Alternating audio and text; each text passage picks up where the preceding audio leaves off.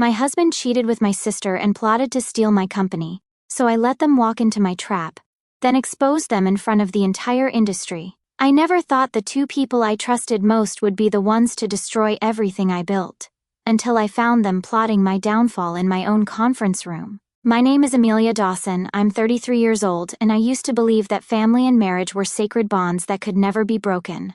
I was wrong about everything. Looking back now, I realize I should have seen the warning signs much earlier. But when you're building something you love with people you trust completely, it's easy to explain away the small inconsistencies that might otherwise set off alarm bells. 3 years ago, when Nathan and I first sketched out our business plan for Ecolux fashion on napkins at our favorite coffee shop, everything felt so pure and uncomplicated. We shared the same dream, to prove that fashion could be both luxurious and environmentally responsible, that consumers would choose sustainability if given truly beautiful options. Nathan Brooks, my husband of 5 years, was the perfect business partner in so many ways. At 36, he had this natural charisma that made investors feel confident and suppliers eager to work with us, while I poured my creativity into designing pieces that would make women feel powerful and elegant. Nathan handled the complex world of operations, supply chain management, financial planning, vendor relationships, all the behind-the-scenes work that transforms artistic vision into profitable reality. He made the business side look effortless, which allowed me to focus entirely on what I did best. Our company grew faster than either of us had dared to hope. What started as a small collection of sustainably made dresses and blazers evolved into a multi-million-dollar enterprise with flagship stores in 12 major cities. Fashion magazines were featuring our pieces in editorial spreads. Celebrities were wearing our designs to red carpet events. We had waiting lists for certain items and a social media following that rival brands envied. It felt like we were living in a dream where hard work, good intentions, and genuine love had created something magical. When my younger sister Chloe graduated from Northwestern with her marketing degree 2 years ago, bringing her into the fold seemed like destiny. At 29, she possessed an intuitive understanding of social media and brand storytelling that I frankly lacked. While I could design beautiful clothes, Chloe could make people feel like owning those clothes would transform their lives. She understood how to create desire, how to build community around a brand, how to make our customers feel like they were part of something larger than just purchasing decisions. Under Chloe's guidance, our Instagram following tripled within 6 months. She developed partnerships with influencers who genuinely aligned with our values rather than just anyone with a large following. She created content that educated people about sustainable fashion practices, while showcasing our pieces in aspirational but relatable ways. Fashion industry insiders started talking about our brilliant marketing strategy, and several major publications wrote features about how we'd managed to build such an engaged, loyal customer base so quickly. At family dinners, our parents would beam with pride as they talked about their daughters who were changing the fashion industry together. Nathan would joke that he was lucky to be surrounded by such brilliant women, and I felt incredibly grateful that my professional life and personal relationships were so beautifully aligned. We weren't just building a business, we were creating a legacy that represented everything I valued most: creativity, environmental responsibility, and the unbreakable bonds of family. The three of us developed a rhythm that felt natural and productive. I'd spend my mornings in the design studio, working on new collections or refining existing pieces. Nathan would handle meetings with investors, suppliers, and retail partners. Chloe would manage our social media presence, coordinate with photographers and stylists, and develop marketing campaigns for new product launches. In the afternoons, we'd come together to review progress, make strategic decisions, and plan for the future. Our dinner-time conversations at home often continued these discussions, blending business strategy with family intimacy in a way that felt both professional and personal. But somewhere along the way, subtle changes began creeping into our dynamic. The first thing I noticed was how Nathan and Chloe had started having more private conversations. Initially, I attributed this to the natural evolution of our business. As we grew larger and more complex, different aspects of operations needed more specialized attention. It made sense that our COO and marketing manager would need to coordinate closely on campaigns, product launches, and customer engagement strategies. However, these conversations had a quality that felt different from typical business discussions.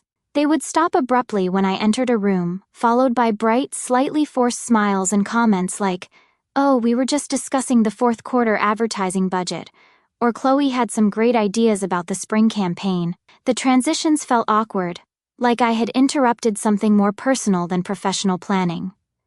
During board meetings and strategy sessions, I began noticing a new form of nonverbal communication between them.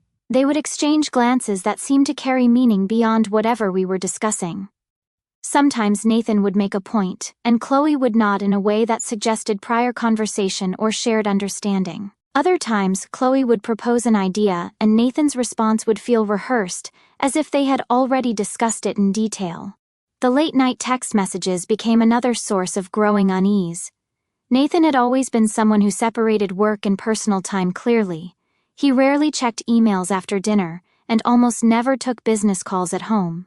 But suddenly, his phone was buzzing constantly with messages that he would read immediately, often typing quick responses even during conversations with me. When I asked about the urgent communications, he would explain that marketing campaigns required real-time adjustments, or that supply chain issues couldn't wait until morning. His explanations were always logical, but something about his body language, the way he would angle his phone away from me or step into another room to respond, felt secretive.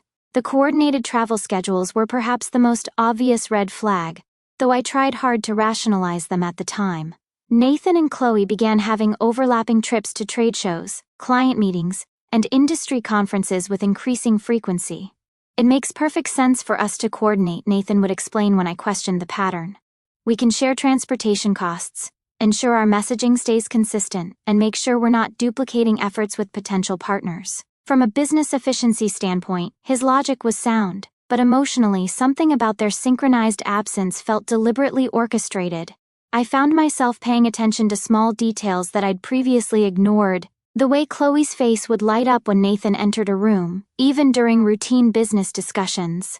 How Nathan had started dressing more carefully on days when he knew he'd be working closely with Chloe. The fact that they both seemed more energetic and engaged when they were planning joint projects than when they were working on separate initiatives. Despite these growing suspicions, I kept trying to convince myself that I was being paranoid. Building a company is incredibly stressful, and we were all working 18-hour days regularly. People's behavior can change under pressure. The intimate, easy relationship that Nathan and I had always maintained was naturally evolving as our professional responsibilities became more complex and demanding. It made sense that our conversations had shifted from passionate discussions about changing the fashion industry to more practical talks about quarterly projections and operational challenges. But deep in my gut, I knew something fundamental had changed. The man who used to ask for my opinion on every major decision was now presenting me with conclusions that he and Chloe had apparently reached together.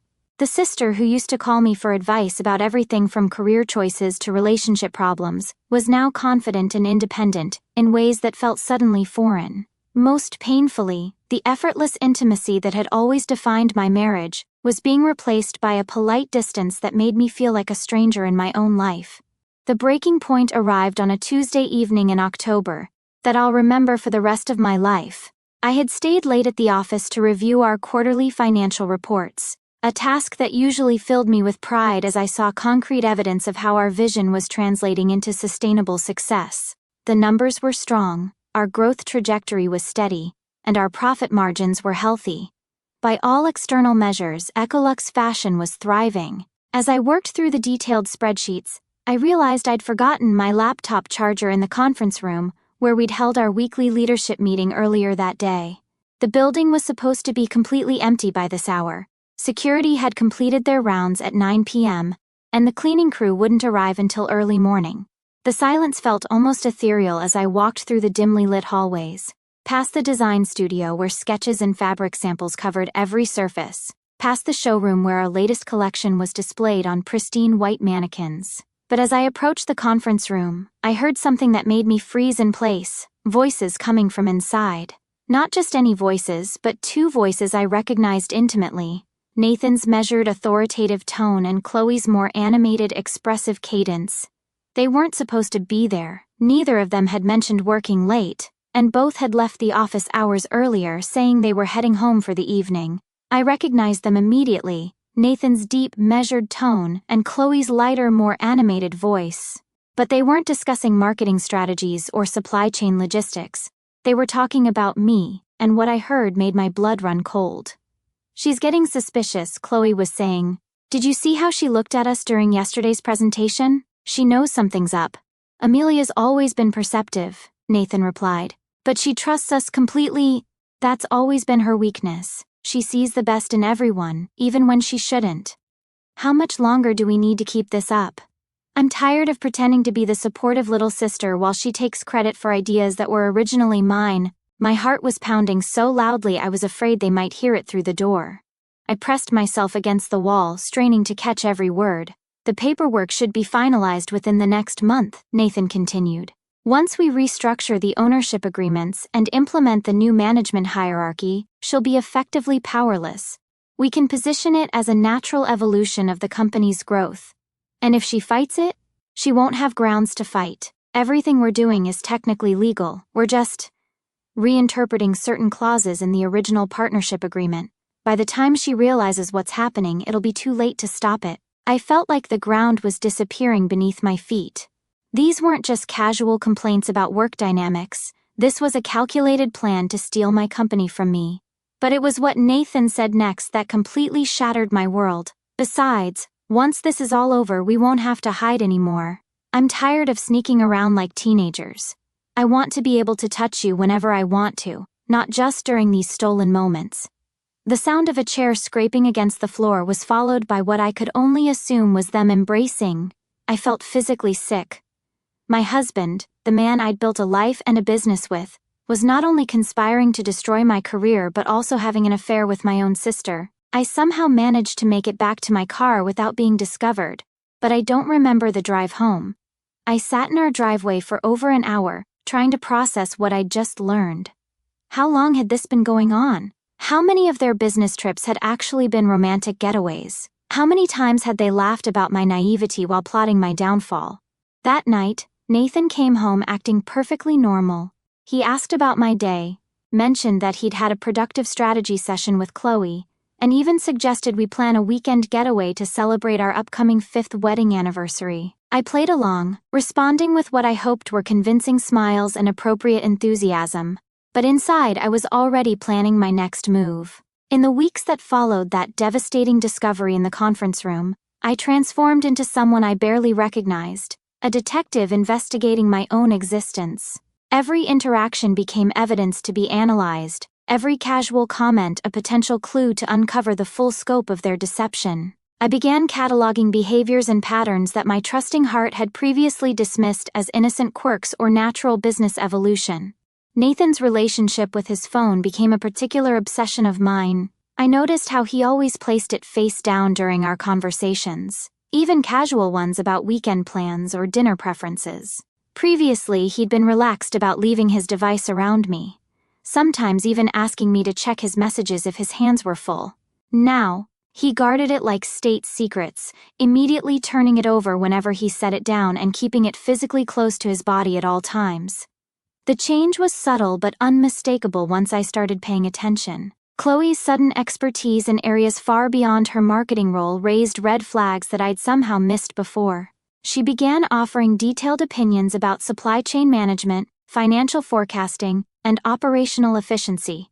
Topics that had never interested her during family discussions or casual conversations about the business. When I'd initially hired her, she'd been refreshingly honest about her limitations, often saying things like, "I'll leave the numbers stuff to you and Nathan, or operations isn't really my thing." But now she spoke with confidence about cost per unit analyses and inventory turnover rates, as if she'd been secretly studying these subjects for months. Most disturbing was discovering that various financial documents had been mysteriously relocated to password-protected digital folders that I couldn't access. As a CO founder and equal partner, I should have had unrestricted access to all company records. Yet when I tried to review certain quarterly reports and investor presentations, I encountered security barriers that had never existed before. When I questioned Nathan about this, he claimed it was part of a new cybersecurity initiative recommended by our IT consultant. The explanation sounded reasonable, but the timing felt deliberately suspicious. The decision to hire a private investigator wasn't one I made lightly. It felt like acknowledging that my marriage and my relationship with my sister had become adversarial rather than collaborative. But I needed objective, professional insight into what was really happening.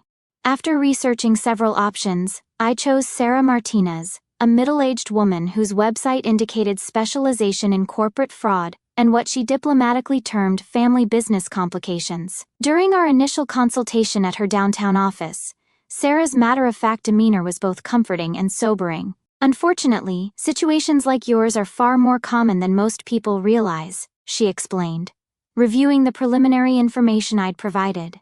"Family members and romantic partners often assume that emotional bonds provide protection against professional betrayal, but money and power have a way of corrupting even the most seemingly solid relationships. The combination of personal intimacy and business control creates unique vulnerabilities that unscrupulous people can exploit." Sarah's investigation methodology was thorough and methodical.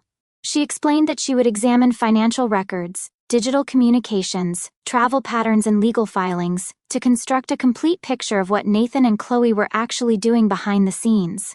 "People engaged in this type of deception usually leave digital footprints," she said. "Emails, text messages, document modifications, bank transfers. It's almost impossible to orchestrate something this complex without creating evidence." The findings that Sarah presented 4 weeks later exceeded my worst fears. Nathan and Chloe's affair had been ongoing for nearly 2 years, beginning just weeks after she'd joined our company. But their romantic relationship was merely one component of a much more elaborate scheme, designed to gradually strip away my control over the business I'd created. The evidence Sarah had gathered painted a picture of systematic manipulation and legal fraud that took my breath away. They had been methodically restructuring our company's foundational documents to reduce my ownership percentage and decision-making authority. Through a series of seemingly routine paperwork updates and procedural changes, they were engineering a situation where I would become a minority stakeholder in my own enterprise. The most devastating discovery was a comprehensive presentation that Nathan had prepared for our upcoming board meeting. This document portrayed me as a liability to the company's future growth, citing fabricated evidence of financial mismanagement, strategic mistakes, and leadership failures. They had created false budget reports showing cost overruns that I had supposedly authorized, manufactured complaints from clients who were actually satisfied with our service, and documented missed deadlines for projects that had actually been completed ahead of schedule. "Their strategy is quite sophisticated," Sarah explained as she spread the damning documents across her conference table. "If they successfully present this narrative to your board next month, they'll have grounds to remove you from operational control, while technically keeping you as a silent partner. You'd maintain a financial stake in the company, but lose all authority over its direction. Essentially, they'd be paying you to disappear while they run the business you built." However, Sarah had also uncovered crucial information that Nathan and Chloe hadn't anticipated. Their scheme involved multiple serious legal violations. They had forged my signature on several critical documents, deliberately misrepresented financial information to our investors, and flagrantly violated fiduciary duty clauses clearly outlined in our original partnership agreement. "They became overconfident and careless," Sarah observed.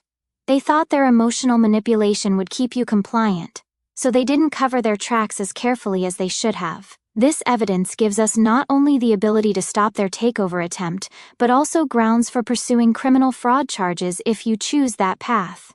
Standing in Sarah's office, surrounded by irrefutable proof of the most profound betrayal I could imagine, I faced the most agonizing decision of my life. I could confront Nathan and Chloe privately, present the evidence, and attempt to negotiate some face-saving resolution that would allow all of us to maintain our reputations and move forward separately. Or I could allow them to proceed with their presentation to the board, then publicly expose their fraud and deception, ensuring they face the full consequences of their actions, but permanently destroying any possibility of family reconciliation. After days of agonizing deliberation, weighing my desire for justice against my fear of public humiliation, I made my choice. I would let them walk into their own trap, then detonate the nuclear option that would end their scheme permanently. The press conference that would ultimately seal Nathan and Chloe's fate was scheduled for the first Tuesday in December, a date they had chosen with deliberate strategic thinking. December represented the height of our industry's holiday shopping season, When fashion companies traditionally announce their most ambitious plans for the coming year, they wanted maximum media attention for what they were calling a strategic restructuring and leadership evolution at Ecolux Fashion. In their carefully crafted narrative, this wasn't a hostile takeover, but rather a natural progression that would propel our company into its next phase of exponential growth. The guest list they compiled was impressively comprehensive, reflecting just how meticulously they had planned this public relations coup. Fashion journalists from Vogue, Harper's Bazaar, and Women's Wear Daily had confirmed their attendance. Industry analysts from major investment firms were flying in specifically for the announcement. Several of our most significant investors, people who controlled millions of dollars in funding and could make or break our company's future, had cleared their calendars to witness what Nathan and Chloe were promising would be a transformative moment in sustainable fashion. Watching them orchestrate their own downfall became a surreal exercise in self-control. Every day I observed Nathan and Chloe throwing themselves into preparations with the enthusiasm of people who genuinely believed they were about to achieve everything they'd been secretly working toward for 2 years. Nathan spent hours perfecting his keynote presentation, practicing his delivery in front of the mirror in his office, adjusting slides that portrayed him as the visionary leader who would guide Ecolux Fashion into international markets. Chloe was equally invested, coordinating with the catering company to ensure the event would reflect what she called our brand's sophisticated aesthetic, and personally approving every detail from the flower arrangements to the branded cocktail napkins. Their press releases began circulating throughout the industry weeks before the event, generating exactly the kind of anticipatory buzz they had hoped for. Trade publications ran preview articles speculating about what exciting new direction Ecolux Fashion might be taking. Social media influencers and fashion bloggers shared the announcements with their followers, creating a groundswell of curiosity about our upcoming announcement. Several competitors reached out to me directly, fishing for information about what they assumed was a major strategic pivot that might affect their own market positioning. The most painful aspect of this charade was pretending to be supportive while knowing exactly what they were planning to do to me. When Nathan asked for my input on his presentation slides, I offered constructive feedback while internally noting how he had systematically erased my contributions to the company's success. When Chloe showed me the promotional materials she'd designed, I praised her creativity while recognizing how she had positioned herself as the primary architect of our brand's identity. They interpreted my cooperation as evidence that their manipulation had been completely successful, that I was obliviously walking toward my own professional execution. Behind this facade of enthusiastic collaboration, I was building my own carefully coordinated response team. Sarah Martinez had become my strategic advisor, helping me understand not just what Nathan and Chloe had done, but how to most effectively expose their fraud in a way that would protect both me and the company's long-term interests. The key, she explained, is to let them commit fully to their narrative before revealing the truth. If you confront them too early, they might be able to modify their strategy or find ways to minimize the damage. But if you wait until they've publicly staked their reputations on lies and forged documents, the impact will be devastating and irreversible. My attorney, David Chen, brought a different perspective to our planning sessions. As someone who specialized in corporate law and business partnerships, he was particularly focused on ensuring that our counterattack would be legally bulletproof. "We're not just trying to stop their takeover," he reminded me during one of our evening strategy meetings. "We're building a case that could result in criminal charges and civil penalties that will follow them for years. Every piece of evidence needs to be properly documented and legally admissible." Perhaps most importantly, I had begun quietly reaching out to board members who I knew had always been genuinely loyal to me and the company's original mission. These were people who had invested in Ecolux Fashion because they believed in our vision of sustainable luxury, not because they were looking for quick profits or corporate power plays. When I showed them the evidence of Nathan and Chloe's systematic fraud, the forged signatures, the fabricated financial reports, the manufactured client complaints, their reactions ranged from shocked disbelief to righteous anger. Board member Margaret Williams, a successful entrepreneur who had built her own sustainable beauty company, was particularly outraged by what she called an betrayal of everything we've worked to build together. She immediately offered to help coordinate our response, using her industry connections to ensure that the real story would reach the right people once we were ready to tell it. "These two have no idea what they're about to walk into," she said grimly. "By the time we're finished, they'll be lucky to find jobs managing retail stores, let alone running companies." As December approached and the press conference loomed larger, I found myself experiencing a strange mixture of anticipation and dread. Part of me was genuinely excited about the prospect of finally exposing Nathan and Chloe's deception and reclaiming control of my company. But another part of me was mourning the relationships that would be permanently destroyed in the process. Despite everything they had done to me, these were still people I had loved and trusted completely. The fact that they had chosen to betray that love and trust so thoroughly didn't make the emotional devastation any less real. The night before their scheduled press conference, I barely slept. Tomorrow would determine not just the future of Ecolux fashion, but the trajectory of all our lives moving forward. The morning of the press conference, I arrived at our corporate headquarters early. Nathan and Chloe were already there, making final preparations and looking more excited than I'd seen them in months. They thought they were about to achieve everything they'd been working toward for 2 years. "Amelia!" Chloe called out when she saw me. "I'm so glad you're here early. Nathan and I wanted to go over the presentation with you one more time before everyone arrives." "Actually," I said, "I think your presentation is going to be very different from what you planned." Something in my tone must have alerted them, because both Nathan and Chloe went very still. "What do you mean?" Nathan asked.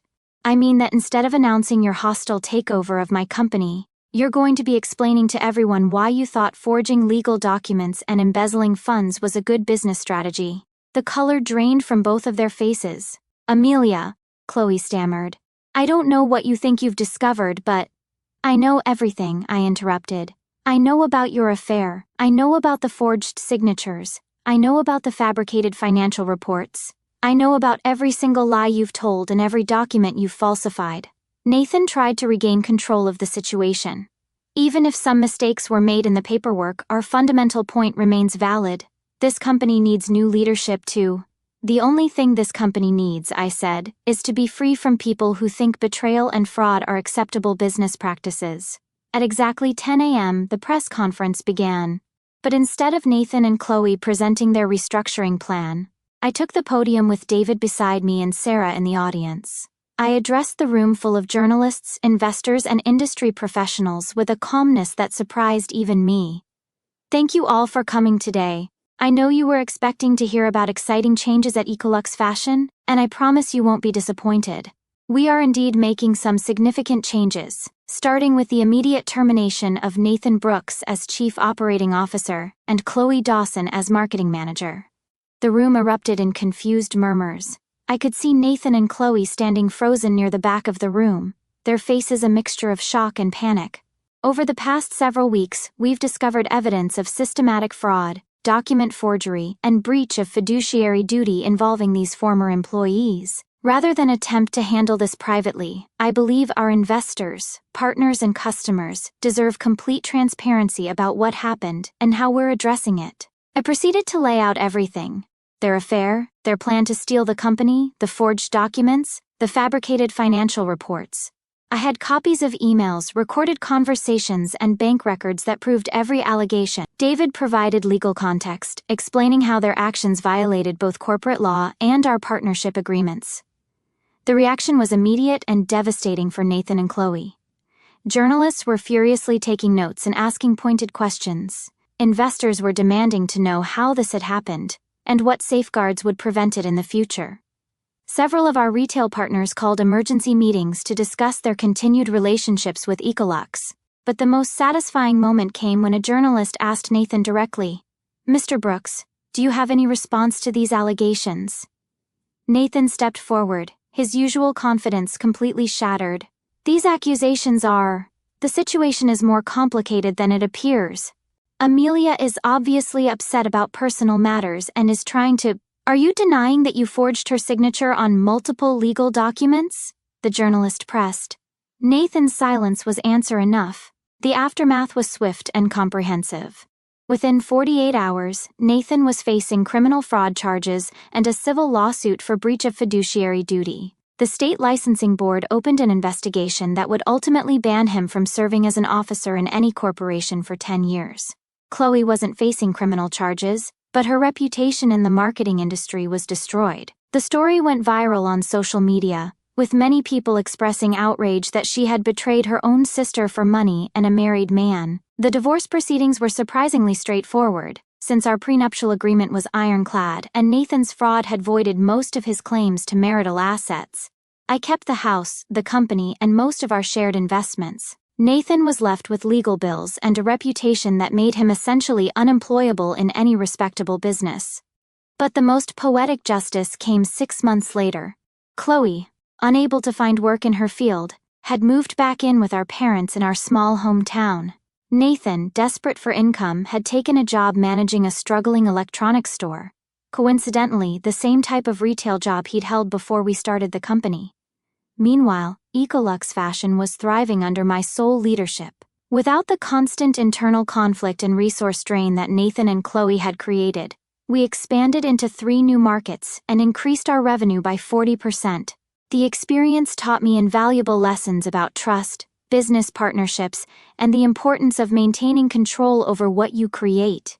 I also learned that sometimes the people who seem most loyal are the ones planning your downfall, while real allies often come from unexpected places. Several competitors actually reached out to offer support during the crisis, and some of those relationships have evolved into profitable collaborations. Today, 18 months after that devastating press conference, I'm running a company that's stronger and more successful than ever.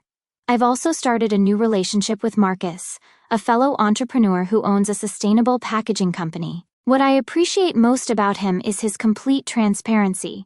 He shows me his financial records, includes me in major decisions, and never makes me wonder where I stand. I still think about Nathan and Chloe sometimes, usually when I'm making decisions that they would have opposed or when I'm celebrating successes they'll never be part of. I don't hate them anymore. Hatred requires too much energy, and I'd rather channel mine into building something beautiful. But I'm grateful that their betrayal forced me to become a stronger, more independent person. The most important thing I learned is that loyalty is earned, not inherited. Just because someone shares your bed or your blood doesn't mean they share your values or your vision. Real partnership requires mutual respect, transparency, and a shared commitment to each other's success, not just your own. I used to think that trusting people completely was a sign of strength and love. Now I know that trust should be given gradually and verified consistently. It's not cynical to protect yourself, it's smart. And sometimes, losing the wrong people is the best thing that can happen to you, because it makes room for the right ones to find you.